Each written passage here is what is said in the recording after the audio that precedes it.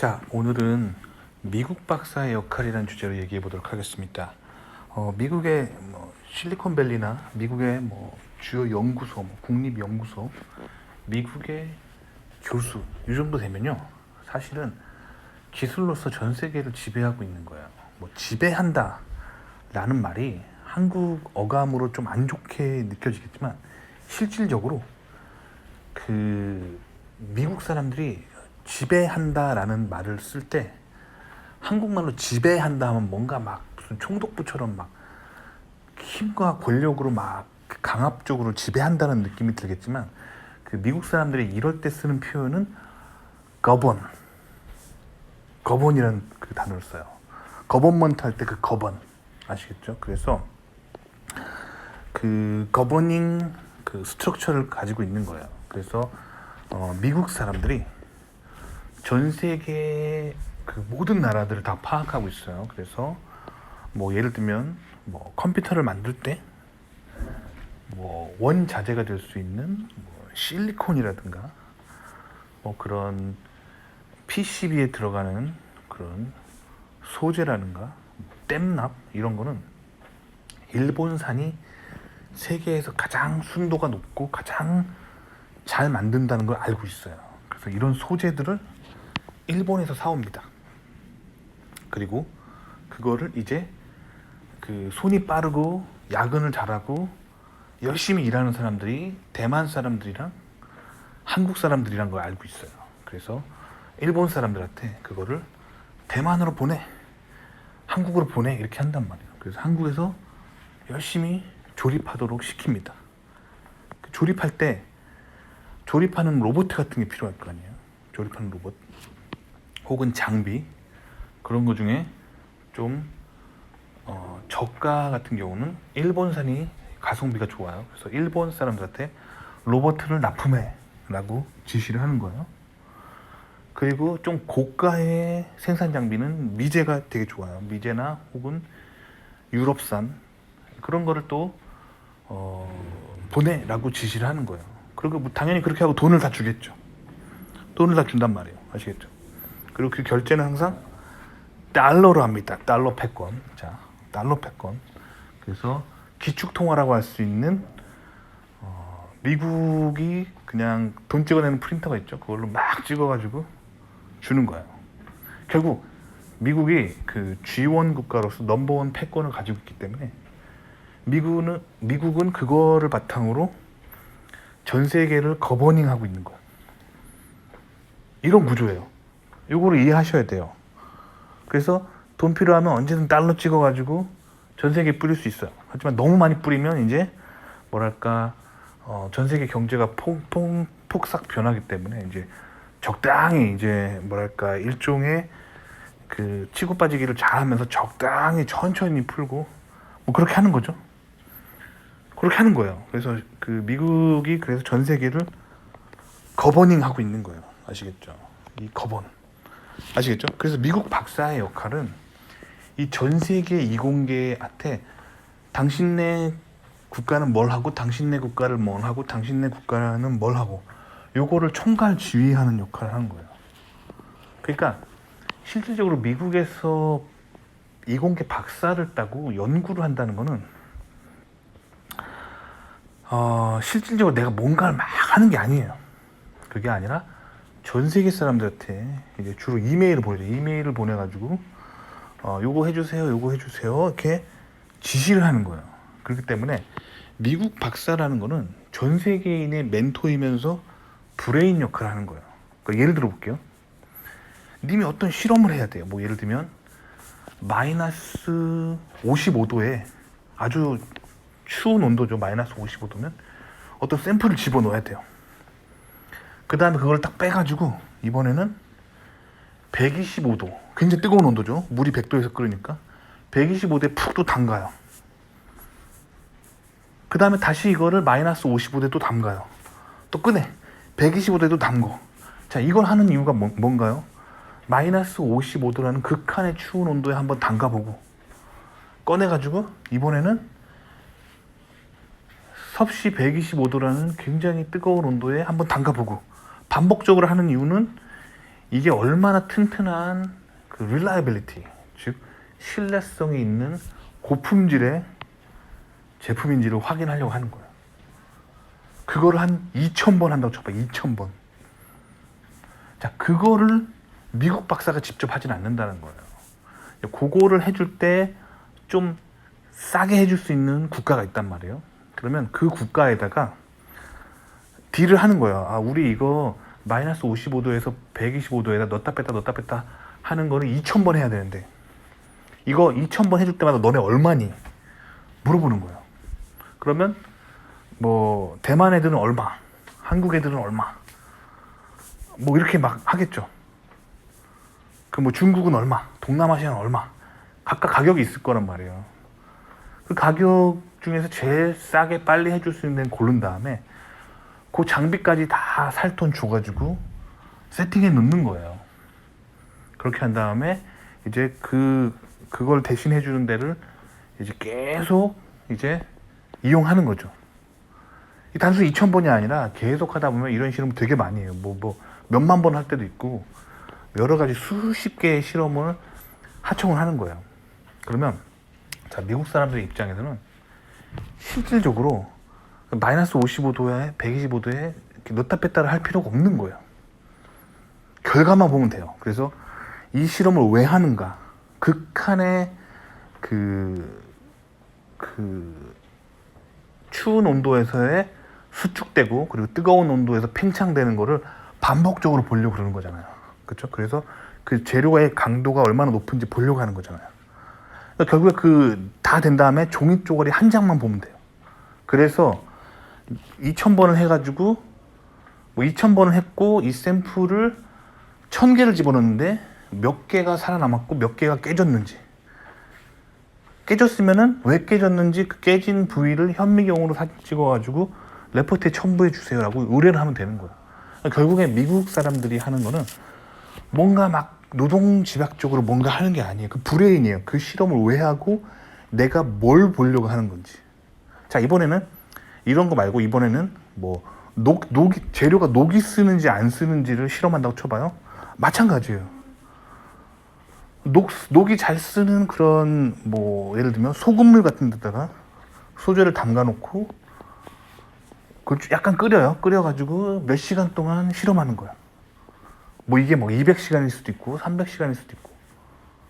이거를 직접 할 필요가 없어요. 미국에 있으면은 요거를 그냥 말로 시키는 거예요.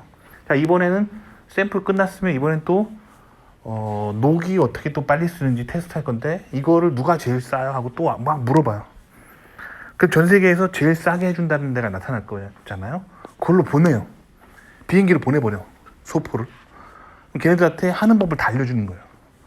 장비도 다 알려줘요. 이거 장비 쓰면 돼 하고 다 알려줘요. 그 다음에 이거 어떻게 실험해야 되는지 알려주는 거예요. 자, 그러면 미국 박사 입장에서는 그 실험을 직접 할 필요 없어요. 어떻게 하면 되냐면 최종 보고서만 보면 돼요. 뭐 한 A4 한 두세 장 나오겠죠. 그렇게 해가지고 어떤 제품이 가장 튼튼한지, 가장 녹이 안 쓰는지 그걸 보고 그걸 최종 선택하면 되는 거예요. 그러면 중요한 건 미국 박사는 이걸 왜 하는지 그것만 알면 돼요. 그러니까 완전 브레인이에요. 자, 이번엔 제 친한 친구인데 이 친구는 백신 만드는 회사에 다녀요. 백신 만드는 박사예요. 이 친구는 또 저랑 비슷하게 하는데 얘는 이번에는 생쥐 500마리한테 본인이 그 설계한 백신을 주사를 하는 거야. 그 생쥐 500마리 중에 그 한 2달간 관찰했을 때 몇백 마리가 살아남았는지 요거 보는 거예요. 특히 백신 같은 경우는 위험해가지고 본인이 그 뭔가 방균복 입고 실험실에서 직접 생쥐한테 주사하면 위험해요. 그렇기 때문에 브레인이 되는 거예요. 이메일로 보내는 거예요. 그래서 전 세계에다가 또 수소문을 해요. 우리가 생쥐 500마리 백신 투여 실험할 건데 누가 제일 싸게 해줄래? 그러면 어디 나타나겠죠. 그러면 그 사람들한테 실험 절차를 알려줘요. 아, 이거는 몇 cc의 그러니까 몇 밀리리터의 백신을 생쥐에게 몇몇 뭐 500마리면 500마리, 1000마리면 1000마리 하고 그 다음에 일주일을 관찰할지 뭐 한 달을 관찰할지 얘기를 하는 거예요. 그리고 생쥐가 싫으면 원숭이도 되고 다른 뭐 토끼도 되고 이렇게 해가지고 다 되면은 리포트만 보면 되는 거야. 미국 입장에서 그러니까 노동집약적으로 엔지니어링 거의 하지 않아요. 그게 아니라 이 브레인이에요. 브레인. 전 세계 브레인이 되는 거예요. 그러니까 이게 미국 박사의 역할입니다. 그렇기 때문에 그 미국 박사들은 다른 나라에 있는 박사들하고 다릅니다. 롤이 달라요. 저는 한국에 있을 때 제가 했던 일은 주로 뭔가 이렇게 실질적으로 하는 일들이 되게 많았어요. 공장에 들어가서 뭔가 좀 이렇게 보고서를 작성하고 뭔가 물론 공장에 들어가서 공장 장비 앞에서 제가 버튼을 누르거나 막 펄펄 끓는 가마솥에서 샘플을 꺼내거나 그러진 않았어요. 그거는 또 그걸 하는 전문 직원이 있어요. 한 고졸 정도 나오거나 혹은 전문대 정도 나온 사람들이 이 테크니션이라고 불리거든요. 이런 사람들. 이런 사람 작업자라고 해요. 한국말로 작업자. 작업자들이 공장에서 라인 앞에 자기 장비 앞에 서 있어요. 그러면 저는 그 사람들한테 한국에 있을 때는 그 일을 막 하나하나 다 시켰어요. 그렇게 한 다음에 그 결과를 보고 뭐 깨진 게 있으면 그거를 또 현미경 다루는 테크니션한테 이번에는 이거 현미경으로 다 찍어 놓으세요. 이렇게 하면서 이렇게 굉장히 이렇게 돌아다니면서 막 몸으로 뛰는 일이 많았었거든요. 한국에서는. 근데 미국에서는 거의 그냥 자리에 앉아서 가만히 앉아서 하는 일이에요.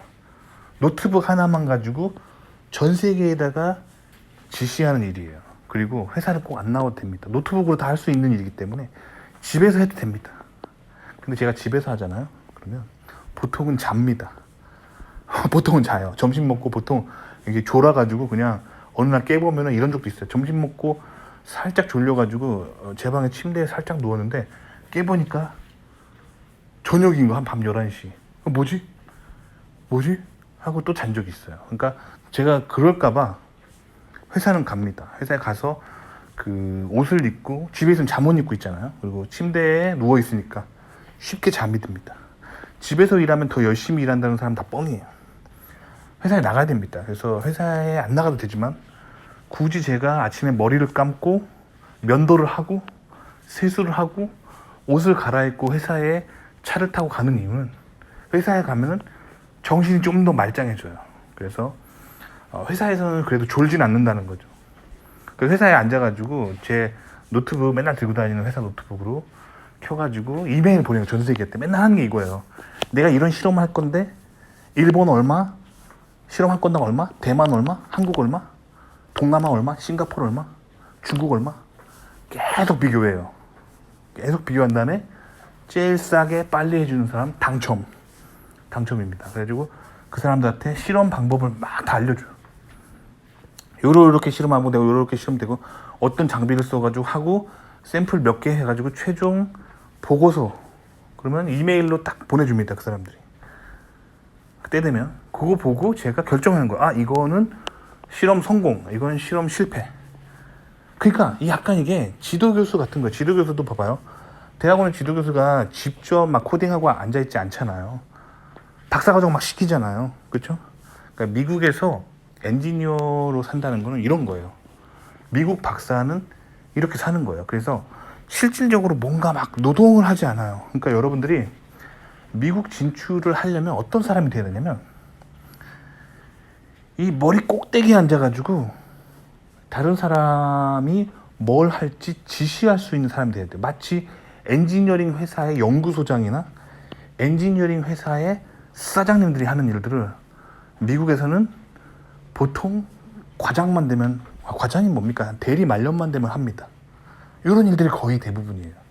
그렇기 때문에 이 한국에서는 한국에서보다 그 직급당 역할이 매우 높다고 보면 돼요. 그러니까 미국 대기업의 한 대리만 돼도 웬만한 뭐 중국이나 일본, 뭐 한국 등 이런 회사들의 뭐 상무님이나 정무님 정도 되는 사람한테 이메일을 써가지고 뭐 해달라고 요청할 수가 있기 때문에 그렇단 말이에요. 아시겠죠? 그러니까 여러분들이 한국에서의 엔지니어링 하는 활동과 미국에서 하는 엔지니어링 활동이 전혀 다르다는 거예요. 아시겠죠? 그럼 다시 말하면 여러분들이 미국에서 경력을 쌓잖아요, 한번? 그럼 한국 돌아가기가 되게 힘들어요. 무슨 말이냐면 미국 대기업에서 한 대리 말년차만 돼도 한국의 대기업의 웬만한 상무들이 하는, 전무들이 하는 일이랑 비슷한 일을 해요. 그 전 세계에 지시를 내린단 말이에요. 그러니까 여러분들이 미국에서 경력을 쌓잖아요.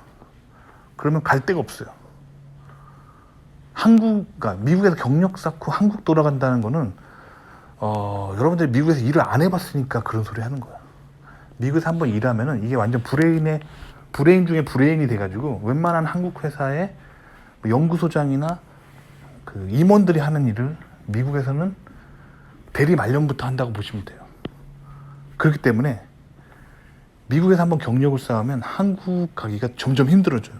한국 회사에서 좀 자리 나가지고 뭐 예를 들면 내가 한국 회사에 뭐 적어도 연구소장이나 뭐 전무 정도 가는 거 아니면은 한국에 가서 할 일이 없어요. 무슨 말인지 알겠죠? 그러니까 여러분들은 미국에 한번 발 담그면 미국에 한번 계속 살아야 됩니다. 그렇게 돼버려요. 아시겠죠? 그래서 미국에 오래 살잖아요? 그럼 나중에는 한국 돌아가고 싶어도 못 돌아갑니다. 아시겠죠? 그러니까 여러분들이 미국 유학을 내가 가고 싶다. 특히 미국에서 박사를 하고 싶다. 그런 생각을 가지신 분들은 내가 왜 미국에 가야 되는지 그 이유를 꼭 파악을 하셔야 돼요. 단순하게 박사 학위만 마치고 한국 돌아갈 거라면은 사실 그 사람은 그 왜 미국에서 공부하는지 그 이유를 깨닫지 못하는 거예요. 그러니까 결국엔 미국 박사가 한국 박사보다 학벌이 좋기 때문에 미국 박사 따고 오면은 한국에서 한 자리 더 주겠지, 요런 마인드인데 사실 그런 마인드로는 미국 유학을 가지 마셔야 돼요. 아시겠죠? 미국에 유학 가는 이유는 미국에서 살기 위해서예요. 그래서 미국에서 이공계를 생활하면서 전 세계를 움직이는 브레인이 돼가지고 전 세계 기술의 꼭대기에 앉아가지고 전 세계를 움직이는 그런 연구를 하기 위해 미국에 가는 거예요. 그리고 그 결과 미국에 계속 살게 됩니다. 그러니까 미국 유학을 가볍게 생각하지 마세요. 단순하게 내가 학위만 마치고 한국 돌아오면 된다. 그런 생각을 하시면 안 돼요. 미국 이공계는, 미국의 박사 과정은 그런 사람을 키우는 곳이 아니에요.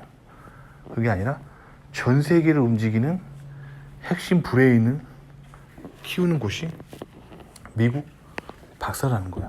아시겠죠? 그래서 미국이 결국에는 전 세계를 움직이는 세계 정부를 리드하는 리더가 됩니다. 그래서 미국 사람들은 요거를 전 세계를 거버닝하는 거버닝 구조를 더 효율적으로 만들기 위해서 의도적으로 자꾸 좌파 사상을 자꾸 개발해요. 무슨 말이냐면 미국은 원래 청교도인들이 세운 청교도 중심적인 기독교적인 건국 정신을 가지고 있잖아요. 근데 봐봐요.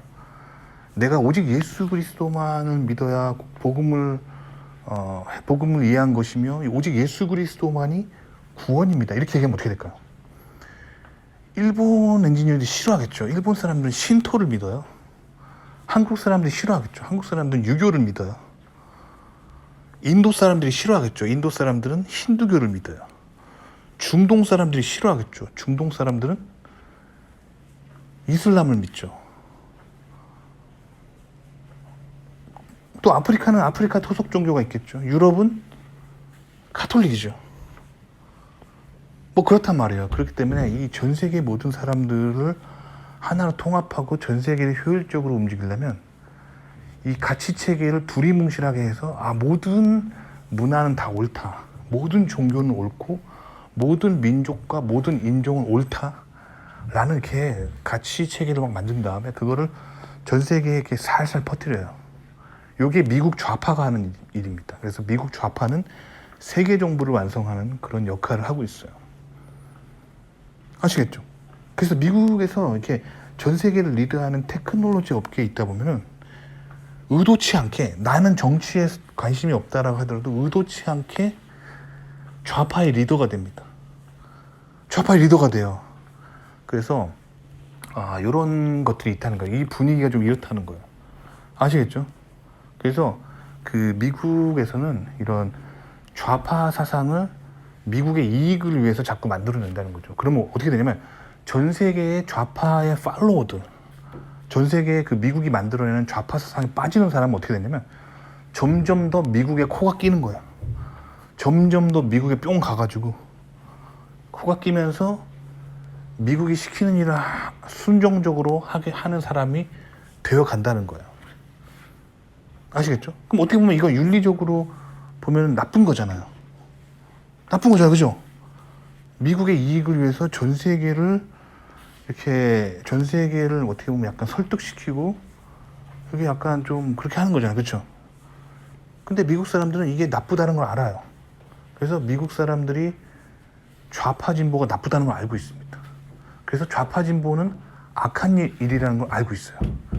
그렇기 때문에 그 일을 좌파가 하는 거예요. 왜?